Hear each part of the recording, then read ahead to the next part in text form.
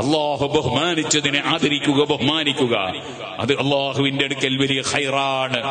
അതുകൊണ്ട് തന്നെ സാലിഹീങ്ങൾ, സജ്ജനങ്ങൾ, ശുഹദാക്കൾ, അമ്പിയാക്കളുടെ മഖ്ബറ, അവർ അന്ത്യവിശ്രമം കൊള്ളുന്ന സ്ഥലം, അതിന് വലിയ സ്ഥാനം കൽപ്പിക്കണം.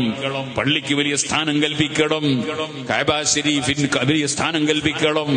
അതുപോലെ അറഫ, മിന, മുസ്ദലിഫ തുടങ്ങിയ സ്ഥലങ്ങൾക്കും, സഫാ മർവക്കും, ഇബ്രാഹിം മഖാമിനും, ഹജറുൽ അസ്വദിനും, മക്ക എന്ന ആ പുണ്യഭൂമിക്ക് മുഴുവനും വലിയ സ്ഥാനം കൽപ്പിക്കണം.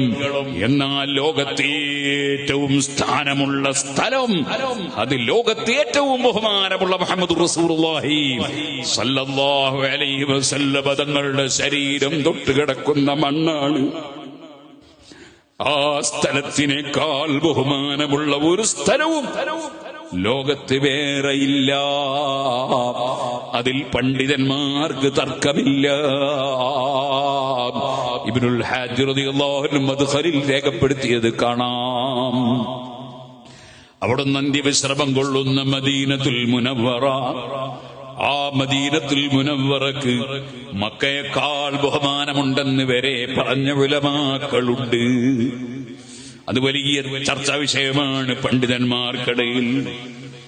സുബ്ഹാനല്ലാഹ്, മദീന ശരീഫിന്റെ സ്ഥാനം പറയേണ്ടതില്ലല്ലോ. വല്ലീമാനു യരിസുൽ മദീനതി കമാ തരിസുൽ ഹയ്യതു ഇലാ ജുഹരിഹാ. പാമ്പ് മാളത്തിലേക്ക് മടങ്ങും പോലെ ഈമാൻ മദീനയിലേക്ക് മടങ്ങും. അഥവാ ഈമാനുള്ള മനസ്സ് എപ്പോഴും മദീനയിലേക്ക് തിരിയുന്നു. കാരണം സർവവിജയത്തിനും നിമിത്തം മുഹമ്മദുർ റസൂലുള്ളാഹി, എല്ലാ നന്മയുടെയും നിമിത്തം മുഹമ്മദുർ റസൂലുള്ളാഹി സ്വല്ലല്ലാഹു അലൈഹി വസല്ലം. ഇമാം ശാഫിഈ തങ്ങൾ പറഞ്ഞില്ലേ, വമാ ബികും മിൻ നിഅമത്തിൻ, അതേ ഏത് അനുഗ്രഹങ്ങൾ ലോകത്താർക്കുണ്ടോ, ഏത് അമ്പിയാക്കൾക്കോ മലക്കുകൾക്കോ ഏത് ജനങ്ങൾക്കോ, അതേ മിൻ നിഅമത്തിൻ, എന്ത് ഗുണങ്ങൾ ആർക്ക് ലഭിക്കുന്നുണ്ടോ, ഇല്ലാ വ മുഹമ്മദുൻ സ്വല്ലല്ലാഹു അലൈഹി സബബുഹാ, അതിന് മുഴുവനും നിമിത്തം കാരണം മുഹമ്മദുർ റസൂലുള്ളാഹി സ്വല്ലല്ലാഹു അലൈഹി വസല്ലം തങ്ങളാണ്. സുബ്ഹാനല്ലാഹ്. ഇനിയിപ്പോ ശാഫി ഇമാമിന്റെ വാചകാണത്. കിതാബ് റിസാലന്റെ തുടക്കത്തിൽ 500-ലധികം തവണയാണ് കിതാബ് ശിഷ്യനായ ഇമാം മുസനി റളിയല്ലാഹു അൻഹു ഓതി പഠിച്ചത്. ശാഫി ഇമാമിന്റെ അത്ര ബൃഹത്തായ കിതാബാണ്. അതിന്റെ തുടക്കമാണത്. എല്ലാ അനുഗ്രഹങ്ങളും എല്ലാവർക്കും കിട്ടുന്നതിന്റെ നിമിത്തം മുഹമ്മദ് റസൂലുള്ളാഹി. അനുഗ്രഹം നൽകുന്നവൻ അല്ലാഹു ആണല്ലോ. നബി സല്ലല്ലാഹു അലൈഹി വസല്ലം തങ്ങളാണ് കാരണം. ഞാനിതിങ്ങനെ വരുമ്പോ ഒരു ക്ലിപ്പ് കേട്ട് ഒരു ചങ്ങാതി പറയുന്നുണ്ട്, എന്തേ സുന്നത്ത് ജമാഅത്തിന്റെ പണ്ഡിതന്മാരെ പരിഹസിച്ചുകൊണ്ട് പറയുന്നുണ്ട്, എല്ലാം നിമിത്തം കാരണം എന്നാണ് പറയുന്നത്. അങ്ങനല്ലേ ശാഫി ഇമാം റളിയല്ലാഹു പറഞ്ഞു? നമ്മുടെ ശാഫി ഇമാമിനെയല്ലേ പിന്തുടരുന്നത്? ശാഫി ഇമാമിനേക്കാൾ വിവരമുള്ള ഏത് പണ്ഡിതനാണ് ലോകത്തുള്ളത്? എല്ലാ മഹാന്മാരും സർവ്വ നന്മയുടെയും നിമിത്തങ്ങളാണ്. മലക്കുകൾ നിമിത്തങ്ങളാണ്, അമ്പിയാക്കൾ നിമിത്തങ്ങളാണ്, സുഹദാക്കൾ നിമിത്തങ്ങളാണ്. നമ്മുടെ ബാപ്പയും ഉമ്മയും നമ്മുടെ നന്മക്ക് നിമിത്തമാണ്. അതുകൊണ്ട് അവരെ ബഹുമാനിച്ചേ പറ്റൂ, അവരെ ആദരിച്ചേ പറ്റൂ, അവരെ അംഗീകരിച്ചേ പറ്റൂ. അള്ളാഹുവിനെതിരായി പറയാത്ത കാലത്തോളം അവരെ അനുസരിച്ചേ പറ്റൂ. സുന്നത്തായ ഹജ്ജിന് പോകണമെങ്കിൽ പോലും ബാപ്പാന്റെ ഉമ്മാനെയും സമ്മതം വേണം, ഇല്ലെങ്കിൽ പോണ്ടാ തന്നെ പോകാതിരിക്കണം. ഹജ്ജല്ലെന്നുകൊണ്ട് കാര്യമില്ല.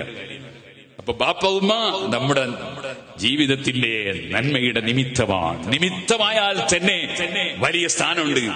അല്ലാതെ ഉടമസ്ഥൻ അത് അല്ലാഹുവാണ്. ഒരിക്കലും തന്നെ ഒരു മഹാനെയും അഹ്ലുസുന്നത്തി വൽ ജമാഅത്ത് ഉടമസ്ഥനാണെന്ന് വിശ്വസിക്കുന്നില്ല. അഹ്ലുസുന്നത്തി വൽ ജമാഅത്ത് രാവിലെയും വൈകുന്നേരം ലാ ഇലാഹ ഇല്ലല്ലാഹു വഹ്ദഹു ലാ ശരീക ലഹു ലഹുൽ മുൽക്ക്, അധികാരം മുഴുവനും അല്ലാഹുവിനാണ് പ്രഖ്യാപിക്കുന്നവരാണ് അഹ്ലുസുന്നത്തി വൽ ജമാഅത്ത്. അതുകൊണ്ട് സുന്നത്തി ജമാഅത്തിന് ശിർക്കുണ്ടാവും എന്നുള്ള പേടിയൊന്നും ഒറ്റ മുജാഹിദിനും വേണ്ട, ജമാഅത്തുകാർക്കും വേണ്ട, ഒരു പുത്തൻവാദിക്കും വേണ്ട. സുന്നത്തി ജമാഅത്തിന്റെ അലിമീങ്ങളെ പഠിപ്പിക്കാൻ വേണ്ടി ജാഹിലീങ്ങളൊന്നും മെനക്കെടുകയും വേണ്ട. അല്ലാഹു സുബ്ഹാനഹു സുബ്ഹാനഹു വ തആല നമുക്ക് ഹഖായി മനസ്സിലാക്കി ജീവിതത്തിൽ പകർത്താനും അള്ളാഹുവിന്റെ പാവപ്പെട്ട അടിമകളാണെന്ന ബോധത്തോടുകൂടി നമ്മുടെ സഹോദരന്മാരായ ഹാജിമാർ പൊട്ടിക്കരഞ്ഞ് അള്ളാഹുവിനോട് ദുആ ചെയ്യുമ്പോ, അവർ അള്ളാഹുവിൽ നിന്ന് ദോഷം പൊറുപ്പിക്കുമ്പോ, അതേ കയൗമ വലദത്തുഹു ഉമ്മുഹു, ഉമ്മ പ്രസവിച്ച കുട്ടിയെപ്പോലെ നല്ല ക്ലിയറായി ഹജ്ജ് ചെയ്ത് തിരിച്ചു വരുമ്പോ നമുക്ക് കഅബത്തിനടുക്കൽ പോകാൻ കഴിഞ്ഞില്ല, നമുക്ക് അറഫയിൽ പോകാൻ കഴിഞ്ഞില്ല, നമുക്ക് മിനയിലും മുസ്ദലിഫയിലും എത്താൻ കഴിഞ്ഞില്ല, നമുക്ക് ഹബീബ് നബി സല്ലല്ലാഹു അലൈഹി വസല്ലം അടുക്കൽ പോകാൻ കഴിഞ്ഞില്ല. പക്ഷേ കഴിഞ്ഞില്ലെങ്കിലും എന്റെ മനസ്സുകൊണ്ട് ഞാൻ അവിടെയുണ്ട് എന്ന ബോധത്തോടുകൂടി നമ്മളും ഈ മഹത്തായ ദിനങ്ങൾ, പ്രത്യേകിച്ചും നാളെയും മറ്റന്നാളും, പ്രത്യേകിച്ച് ഒന്നുകൂടി പറയട്ടെ, മറ്റന്നാളത്തെ ദിവസം അറഫ നോമ്പിന്റെ ദിനമാണ്, അതിന്റെ പുറമെ വെള്ളിയാഴ്ചയാണ്.